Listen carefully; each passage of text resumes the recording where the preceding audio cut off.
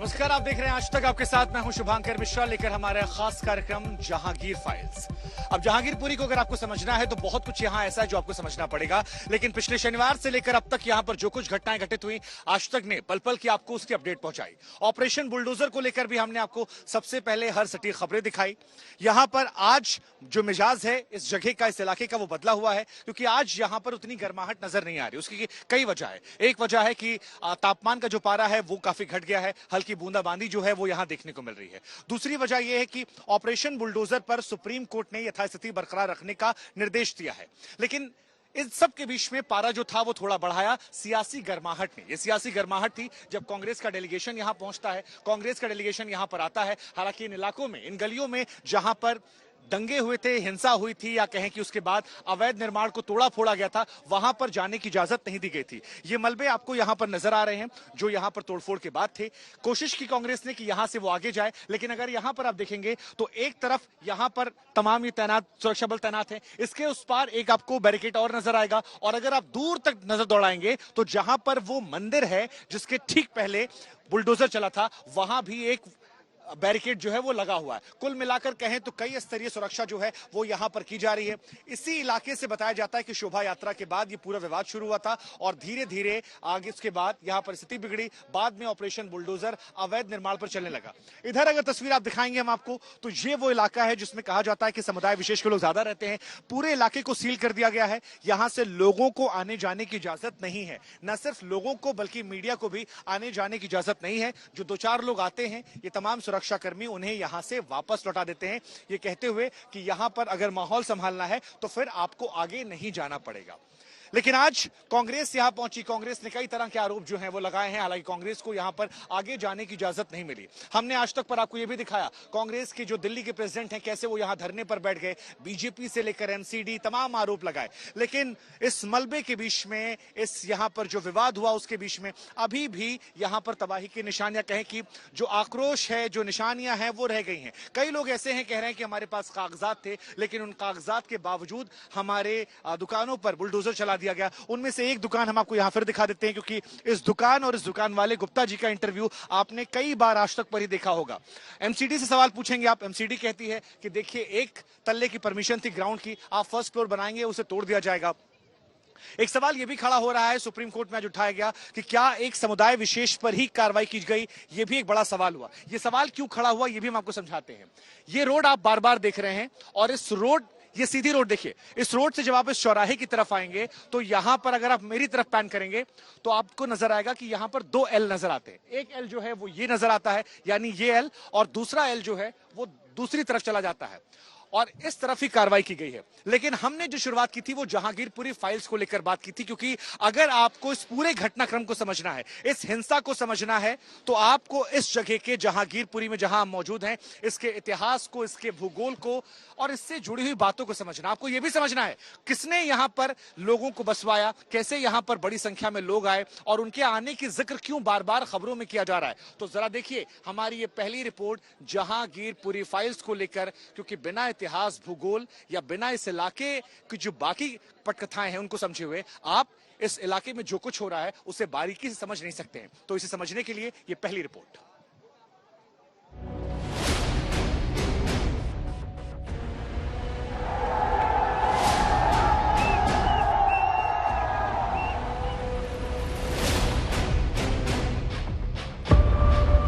शोभा यात्रा,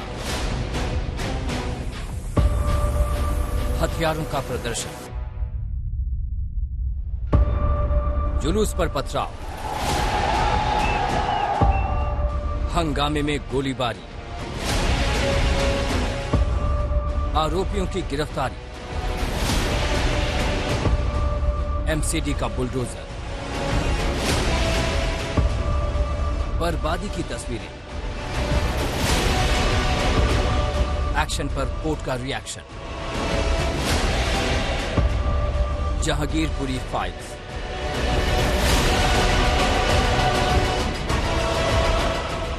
देश की राजधानी दिल्ली के उत्तर पश्चिम में बसा जहांगीरपुरी इलाका इन दिनों सुर्खियों में छाया हुआ है। हनुमान जयंती के मौके पर निकली शोभा यात्रा के दौरान हुई सांप्रदायिक हिंसा ने दिल्ली के इस इलाके को दुनिया भर में चर्चा में ला दिया है।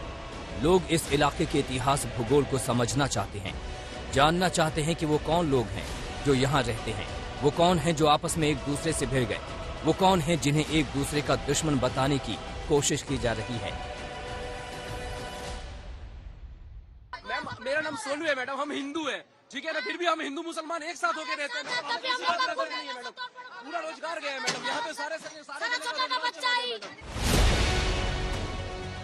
ये तो खैर वो बातें हैं जो हमारे सियासी लोग सुनना नहीं चाहते। उन्हें इस हकीकत को ट्विस्ट करना है, कहानी में उन्हें थोड़ा मसाला चाहिए। अगर हिंदू मुसलमान मिलजुल कर रहने लगे तो उसकी सियासत का क्या होगा। इसलिए जरूरी है कि हिंदू मुसलमानों से दूर रहें और मुसलमान हिंदुओं से दूर रहें। दोनों धर्मों पर खतरा मंडराता रहना चाहिए, वरना इन सब बातों को छोड़कर देश कहीं तरक्की न कर ले, देश पढ़ लिख न जाए, रोजगार पर न लग जाए। अगर ऐसा हुआ तो उनके लिए शोभा यात्रा में नंगी तलवार कौन लटकाएगा, कौन उस शोभा यात्रा पर पत्थर चलाएगा, कौन मस्जिद के मीनारों पर भगवा लहराएगा, कौन राम के भक्तों का रास्ता रोकेगा। ये सब चलता रहना चाहिए, तभी सियासत जिंदा रहेगी। खैर, मौजू पर आते हैं, और मौजू जहांगीरपुरी है। वो जहांगीरपुरी जिसके बारे में मीडिया में तरह तरह के दावे किए जा रहे हैं। कोई कहता है यहाँ रोहिंग्या मुसलमान रहते हैं, तो कोई कहता है कि यहाँ बांग्लादेशी हिंदुओं ने माहौल बिगाड़ रखा है। मगर सवाल ये कि अगर ये विदेशी घुसपैठिए हैं तो ये यहाँ हैं कैसे, कौन इन्हें लाया, किसने इन्हें यहाँ बसाया। हाँ, एक बात ये भी सच है कि दिल्ली के उत्तर पश्चिम में बसा जहांगीरपुरी ही वो इलाका है जहाँ लंबे वक्त से प्रवासी रहते आ रहे हैं। दिल्ली वाले इसे प्रवासियों का डेरा भी कहते हैं। अगर आप इस इलाके को देखेंगे तो आप पाएंगे कि जहांगीरपुरी की बसाहट ठीक वैसी ही है जैसी प्रवासी कॉलोनियों की होती है। तंग गलियां, बेतरतीब मकान, सड़कों पर गंदगी का अंबार और जरूरी सुविधाओं से जूझती आबादी। दिल्ली का ये वो इलाका है जिसकी चर्चा शायद ही कभी होती हो। विकास भी यहाँ इसके सरहद पर चुंगी कटवाकर अंदर आता है। मगर आज ये इलाका पिछले शनिवार को हुई हिंसा की वजह से पूरी दुनिया में कुख्यात हो गया।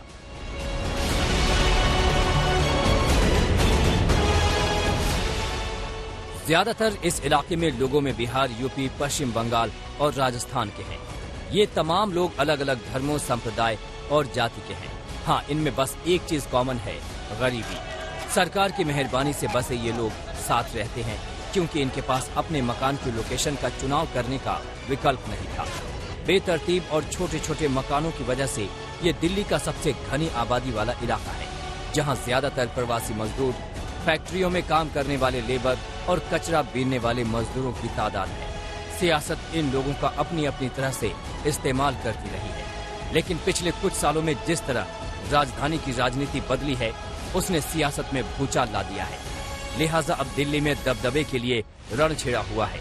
शनिवार को शोभा यात्रा के दौरान जो नंगी तलवारें लहराई गईं और उस जुलूस पर जिस तरह पत्थर बरसाए गए, ये उसी रण की रणनीति है।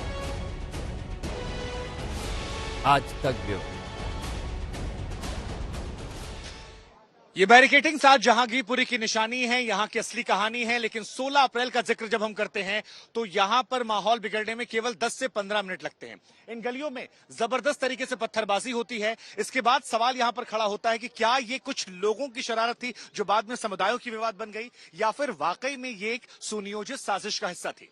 अब अगर इस सवाल की तह में आपको जाना है तो आपको 16 अप्रैल को 4 घंटों को रिवाइंड करना होगा, जिस दौरान यहां पर हिंसा की शुरुआत होती है। आपको उस एक एक वीडियो, एक एक फ्रेम को समझना होगा, देखना होगा, और उन्हें भी समझना पड़ेगा जो फिलहाल गिरफ्तार हैं। उनकी देखिए रिपोर्ट।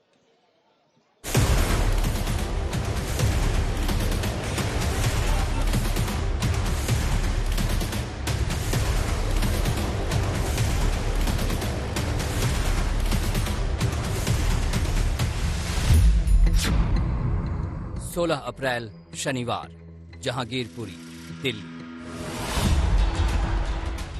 शाम करीब 5:40 पर इस मस्जिद के सामने जब शोभा यात्रा पहुंची तो एक पक्ष का आरोप है कि जुलूस में शामिल लोग तेज तेज नारे लगाने लगे और म्यूजिक की आवाज बढ़ा दी गई और लगातार उकसाने की कोशिश की गई। इस पक्ष की ये भी दलील है कि जिस शोभा यात्रा के दौरान ये हिंसा हुई उससे पहले इसी इलाके से 2 बार शोभा यात्रा निकल चुकी थी। पहली शोभा यात्रा 1:30 बजे मंदिर से शांतिपूर्वक निकली, उसके बाद 3:30 बजे निकली, वो भी शांतिपूर्वक निकली। मगर तीसरी बार यात्रा जब जे ब्लॉक मस्जिद के पास आई तो जुलूस में शामिल लोग तेज तेज नारे लगाने लगे। शोभा यात्रा को वहीं मस्जिद के पास रोक दिया गया और मस्जिद के अंदर भगवा झंडा लगाने की कोशिश करके दूसरे पक्ष को उकसाने की कोशिश हुई। जबकि पहले पक्ष का आरोप है कि जे ब्लॉक मस्जिद के पास जुलूस पर कुछ लोगों ने पथराव किया, जिसके बाद हिंसा भड़की। ये भी इल्जाम है कि शोभा यात्रा को टारगेट करने की प्लानिंग पहले से थी, लिहाजा मस्जिद पर पत्थरों को पहले से जमा करके रखा गया था। 16 अप्रैल शनिवार, जहांगीरपुरी, दिल्ली। करीब 6:20 पर दिल्ली पुलिस कंट्रोल रूम को सूचना मिली कि जहांगीरपुरी के जे ब्लॉक में 2 गुटों के बीच झगड़ा हो गया और इस झगड़े में पथराव हो रहा है और गोलियां भी चल रही हैं। सूचना मिलते ही दिल्ली पुलिस फौरन मौके पर पहुंची। पुलिस ने देखा कि पत्थरबाजी हो रही है और कुछ लोग गोलियां भी चला रहे हैं। इस दौरान बीच बचाव करते हुए एक सब इंस्पेक्टर के हाथ में गोली लग गई। इस झगड़े के दौरान करीब 6 पुलिस वाले घायल हुए। हालात बिगड़ता देख इलाके में एक्स्ट्रा पुलिस फोर्स को बुलाया गया। करीब 7 बजे तक सभी सीनियर ऑफिसर भी मौके पर पहुंच गए और तब जाकर पूरी तरह से हिंसा को कंट्रोल में लाया गया।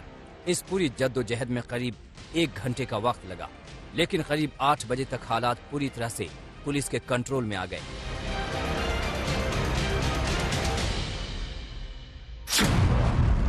सत्रह अप्रैल रविवार, जहांगीरपुरी, दिल्ली। जहांगीरपुरी दंगों की जांच के लिए क्राइम ब्रांच के बड़े अधिकारी यूं तो शनिवार की शाम को ही जहांगीरपुरी पहुंच गए, लेकिन जब वो दंगों की वजह ढूंढ रहे थे और इलाके का जायजा ले रहे थे, तब तक लोकल पुलिस ने पहले ही इस मामले में 21 आरोपियों को गिरफ्तार कर लिया था। इसके अलावा 2 नाबालिग लड़कों को भी हिरासत में लिया गया।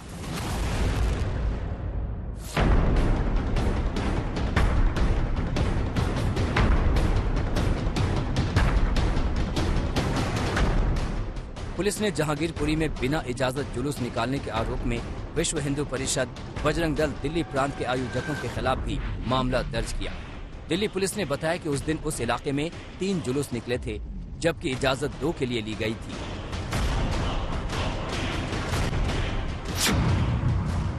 18 अप्रैल सोमवार, जहांगीरपुरी, दिल्ली।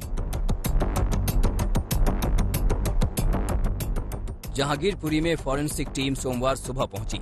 इस टीम ने पूरे इलाके की जांच की और जिन जगहों से हिंसा फैलाने की बात कही गई, वहां से सबूत तलाशने और जुटाने की कोशिश की।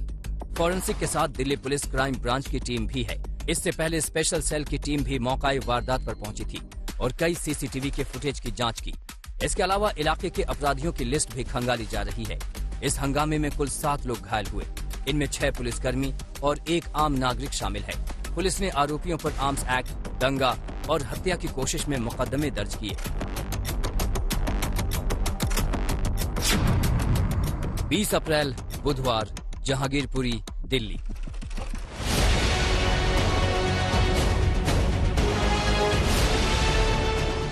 शोभा यात्रा के दौरान हुई हिंसा के बाद जहांगीरपुरी में अवैध कब्जों पर एमसीडी ने बुलडोजर चलाने का फैसला किया। तनाव के माहौल में एमसीडी की टाइमिंग ने आग में घी झोंकने का काम किया, लेकिन भारी पुलिस की मौजूदगी में एमसीडी ने पूरे इलाके में ताबड़तोड़ बुलडोजर चलाया। अतिक्रमण हटाने के लिए 9 जेसीबी मशीनें और एमसीडी का पर्याप्त स्टाफ भेजा गया। कहा गया कि अवैध निर्माण को हटाएंगे और कानून के मुताबिक कार्रवाई हो रही है। सुबह 10:30 बजे तक बुलडोजर ने अवैध कब्जा हटाने का काम शुरू किया और एक-एक कर लोगों के घरों और दुकानों को गिराना शुरू कर दिया। सड़क किनारे से खोखे और कबाड़ को साफ किया जाने लगा। छत पर बैठकर लोग इस अभियान को देख रहे थे। हैरान करने वाली बात ये रही कि अपने एक्शन के दौरान पुलिस को किसी भी तरह के विरोध का सामना नहीं करना पड़ा। सुबह 11 बजे तक सुप्रीम कोर्ट ने जहांगीरपुरी अवैध निर्माण गिराए जाने के मामले में यथास्थिति बनाए रखने का निर्देश दिया, लेकिन तब तक मौके पर मौजूद नॉर्थ एमसीडी के कमिश्नर ने कहा कि उन तक आदेश नहीं पहुंचा और कार्रवाई जारी रखी। जब तक एमसीडी का बुलडोजर रुका तब तक काफी देर हो चुकी थी और जहांगीरपुरी के इस इलाके में हर तरफ सिर्फ मलबा ही मलबा था। आज तक ब्यूरो। हिंसा और तनाव के बीच में जब यहां पर बुलडोजर चलने लगा तो फिर हर कोई हैरान था। अवैध निर्माण को लेकर यहां पर बुलडोजर चलना शुरू हुआ। हालांकि इसकी टाइमिंग को लेकर कई तरह के सवाल खड़े हुए और इस टाइमिंग के बीच में कई लोग ऐसे थे जिनकी आंखों से आंसू छल के गम निकला, विरोध किया, लेकिन प्रशासन की मौजूदगी ने उन सबको रोक दिया। जरा एक रिपोर्ट देखिए बुलडोजर के ऑपरेशन को लेकर।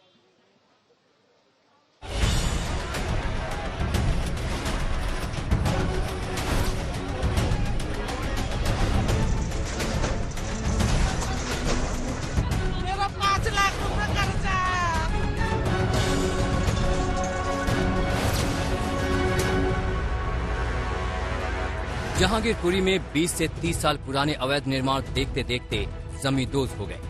एक बार बुलडोजर चले तो फिर कोर्ट के आदेश के बाद ही थमे, वो भी मौके पर एमसीडी अफसरों के पास आदेश की खबर आ जाने के बाद। लेकिन उससे पहले बुलडोजर अपना काम कर चुके थे। पीछे छूट गए थे मलबे के ढेर। हर गली में, हर सड़क पर मलबा फैला था। अपने सालों पुराने निर्माण जमींदोज हुए तो लोगों के आंसू छलक गए। विरोध की कोई गुंजाइश नहीं थी।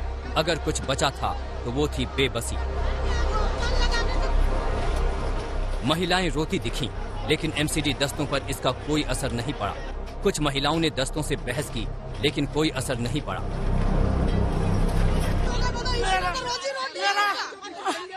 मेरा 5 लाख रुपए कर्जा है। बुलडोजरों ने जो सामान ध्वस्त किया था उसको महिलाएं समेटती दिखी। आंखों में आंसू के साथ वो अपना बचा खुचा सामान बचाने की जुगत करती दिखी। आज तक उन लोगों के पास भी पहुंचा जिनके घरों के बाहर एमसीडी ने एक्शन लिया था या दुकानों को गिरा दिया था। इस बात में भी उनका दर्द छलक गया। उनका कहना था कि बिना कोई नोटिस दिए कार्रवाई की गई। कुछ और लोगों ने भी एमसीडी दस्तों का विरोध किया। जूस की दुकान चलाने वाले गुप्ता का कहना था कि उनकी दुकान 1977 में आवंटित हुई, लेकिन इसको तोड़ा जा रहा है। 1977 से अलॉटमेंट की दुकान है ये। 1977 में हाँ मेरा है, और ये अलॉटमेंट की दुकान है। कोर्ट के आदेश के बाद कुछ घंटों में एक्शन रुक गया, लेकिन तब तक कई घरों में बेबसी पसर चुकी थी। पीछे छूट गया था मलबे का ढेर। अरविंद ओझा के साथ अंजना ओम कश्यप, आज तक।